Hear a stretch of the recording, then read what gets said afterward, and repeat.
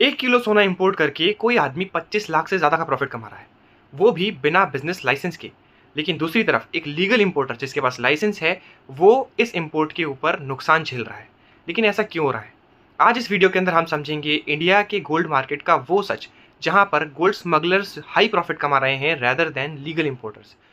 नमस्कार दोस्तों, इंडिया में सोना सिर्फ एक मेटल नहीं है, ये एक इमोशन है। शादी हो, फेस्टिवल हो या सेविंग्स, हर जगह सोना इस्तेमाल होता है। लेकिन इस समय इंडिया के गोल्ड मार्केट के अंदर एक अजीब सी सिचुएशन देखने को मिल रही है। जो लोग लीगल तरीके से गोल्ड इंपोर्ट कर रहे हैं, उनका बिजनेस प्रेशर में दिख रहा है। वहीं दूसरी तरफ जो लोग गोल्ड स्मगलिंग कर रहे हैं, इलीगल काम कर रहे हैं, वो प्रॉफिट में जा रहे हैं। क्या गवर्नमेंट की नई पॉलिसी ड्यूटी इसका रीज़न है? क्या देश में गोल्ड स्मगलिंग फिर से बढ़ने वाली है? और इसकी वजह से इस देश की इकोनॉमी को कितना नुकसान हो सकता है? आइए पूरा मामला समझते हैं। सबसे पहले इसका बैकग्राउंड समझते हैं। मई 2026 के अंदर इंडियन गवर्नमेंट ने इंपोर्ट ड्यूटी गोल्ड की बढ़ाकर 15% कर दी थी। गवर्नमेंट का ऑब्जेक्टिव था कि इंपोर्ट को कंट्रोल करना, ट्रेड डेफिसिट कम करना और रूपी को सपोर्ट करना। पेपर पर यह डिसीजन इकोनॉमिक मैनेजमेंट के लिए बहुत ही सही लगता है, लेकिन मार्केट में इसका असर बहुत ही अनएक्सपेक्टेड देखने को मिला है।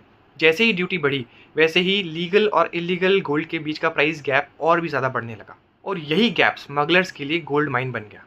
अब असली सवाल, लीगल इंपोर्टर को गोल्ड इंपोर्ट करते वक्त इंपोर्ट ड्यूटी प्लस जीएसटी देना पड़ता है, लेकिन दूसरी तरफ गोल्ड स्मगलर को कोई टैक्स नहीं देना पड़ता क्योंकि वो इलीगल काम कर रहा है। इंडस्ट्री एस्टिमेट्स के मुताबिक गोल्ड बर्डन जो है वो एक लीगल इंपोर्टर के ऊपर 18.45% तक बढ़ जाता है।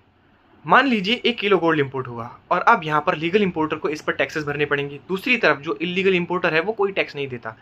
इसका रिजल्ट क्या होगा? इसकी वजह से मार्केट के अंदर जो इलीगल इंपोर्टर है वो गोल्ड को बहुत ही सस्ते दामों पर बेच देगा। बुलियन डीलर्स के मुताबिक 1 किलो गोल्ड पर 25 लाख से ज़्यादा का मार्जिन मिल रहा है। अगर कोई स्मगलर किसी कस्टमर को डिस्काउंट भी दे दे तो भी उसका जो प्रॉफिट है वो बहुत बड़ा रहता है, और इसी वजह से इलीगल गोल्ड बायर्स को अट्रैक्ट करता है।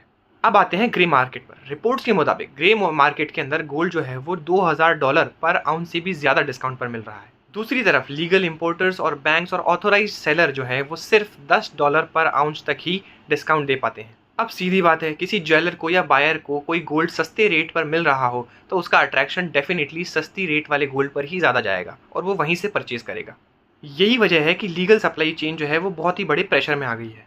एक्सपर्ट्स का मानना है कि 2026 के अंदर अगर 100 मैट्रिक टन गोल्ड इंपोर्ट होता है तो उसकी वैल्यू लगभग $14 बिलियन से भी ज़्यादा हो सकती है। और इसमें सबसे बड़ी बात यह है कि गवर्नमेंट को जीएसटी और इंपोर्ट ड्यूटी के रूप में लगभग $2.65 बिलियन तक का रेवेन्यू लॉस झेलना पड़ सकता है। यानी गवर्नमेंट के सामने अब दो चैलेंजेस है। पहला तो रेवेन्यू लॉस, दूसरा लॉ एनफोर्समेंट को स्ट्रॉन्ग कैसे बनाया जाए ताकि इन स्मगलर्स को रोका जाए।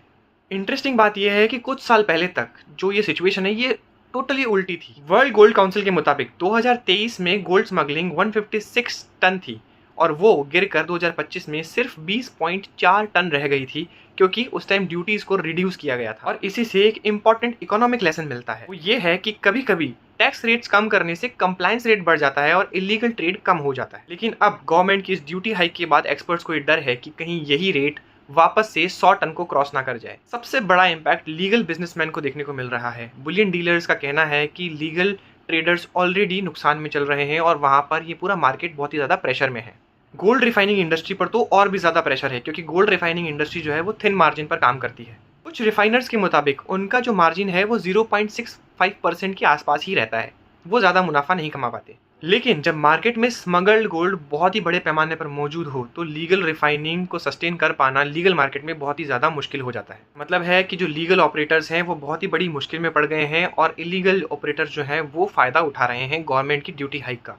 इंडिया में गोल्ड स्मगलिंग कोई नई बात नहीं है। आए दिन स्मगल्ड गोल्ड होते हैं और हमारे कस्टम्स डिपार्टमेंट उनकी पूरी कोशिश करते हैं कि वो उनको पकड़ भी लें, लेकिन जो निकल जाते हैं वो हाई प्रॉफिट कमा लेते हैं। पास्ट में भी देखा जाए तो जब इंपोर्ट ड्यूटीज़ को बढ़ाया गया था तो उस टाइम इलीगल मार्केट जो है वो बहुत ही एक्टिव हो गया था। एक्सपर्ट्स का मानना है कि जब लीगल और इलीगल मार्केट की प्राइजेस के अंदर बहुत बड़ा डिफरेंस आने लगता है तो इलीगल जो ब्लैक मार्केट है वो ग्रो करने लगता है, और इसी वजह से आज फिर से वही कंसर्न उठ रहा है। तो इस पूरी कहानी का सार ये है कि गवर्नमेंट ने इंपोर्ट ड्यूटी को बढ़ाकर इंपोर्ट को कंट्रोल करने की कोशिश करी, लेकिन यहाँ पर इसका इफेक्ट ये हुआ कि लीगल गोल्ड और इलीगल गोल्ड के बीच का जो प्राइस गैप है वो बहुत ही ज़्यादा बढ़ गया। स्मगलर्स टैक्स बचाकर खूब पैसा कमा रहे हैं, वहीं दूसरी तरफ जो लीगल इंपोर्टर्स और लीगल रिफाइनर्स हैं वो बहुत ही बड़े प्रेशर में आ चुके हैं। गवर्नमेंट को रेवेन्यू लॉस का बहुत बड़ा रिस्क आ चुका है और एक्सपर्ट्स का मानना है कि कहीं इलीगल स्मगलिंग बहुत ही हाई लेवल पैमाने पर ना बढ़ जाए।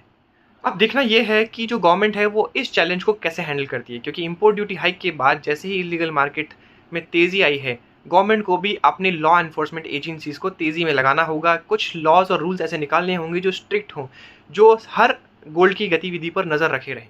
आपका क्या मानना है? अपनी राय कमेंट सेक्शन में ज़रूर बताएँ और ये भी बताएँ कि अगर ऐसा कुछ होता है तो गवर्नमेंट को इसमें क्या ऐसे रूल्स और रेगुलेशंस लाने चाहिए, ऐसे सजेशंस दीजिए गवर्नमेंट को, ताकि ब्लैक मार्केट और इलीगल गोल्ड स्मगलिंग को रोका जा सके। इस पूरे वीडियो एनालिसिस को आर्टिकल के रूप में आप हमारे डिस्क्रिप्शन में दिए गए लिंक पर जाकर उसे पढ़ भी सकते हैं। हमारी जो वेबसाइट है www.jurisr.in, उस पर जाकर आप डेली लीगल अपडेट्स को भी एक्सेस कर सकते हैं। साथ ही साथ जुरिसार आप सभी के लिए लेकर आया है एक डिजिटल लाइब्रेरी, जहां पर आप एक्सेस कर सकते हैं हमारे पूरे इंडिया के लीगल टॉपिक्स पर मैगजीन्स। और उन मैगजीन्स की खास बात यह है कि वहां पर जाकर आप हेडिंग पर क्लिक करेंगे और आपको डायरेक्ट जजमेंट का एक्सेस मिल जाएगा। आप उस जजमेंट को डाउनलोड कर सकते हैं, पढ़ सकते हैं और उसकी समरी उस मैगजीन के अंदर आप पढ़ सकते हैं। इसका डोमेन है library.jurisr.in, जो कि डिस्क्रिप्शन में भी हमने दे दिया है। वहाँ पे जाकर आप खूब सारी मैगजीन्स को एक्सेस कर सकते हैं, मंथली वाइज, टॉपिक वाइज, और हमारे जो लेटेस्ट डेवलपमेंट्स लीगल में चल रहे हैं उनके ऊपर मैगजीन्स हम लोगों ने बनाकर वहाँ डाल रखी है। ये इंडिया की पहली ऐसी ई बुक्स आप लोगों के लिए हम लेकर आए हैं। वीडियो पसंद आया हो तो लाइक, शेयर और सब्सक्राइब करना ना भूलें। मिलते हैं अगले वीडियो में ऐसे ही कुछ इंटरेस्टिंग एनालिसिस और फैक्ट्स के साथ। Thank you for watching.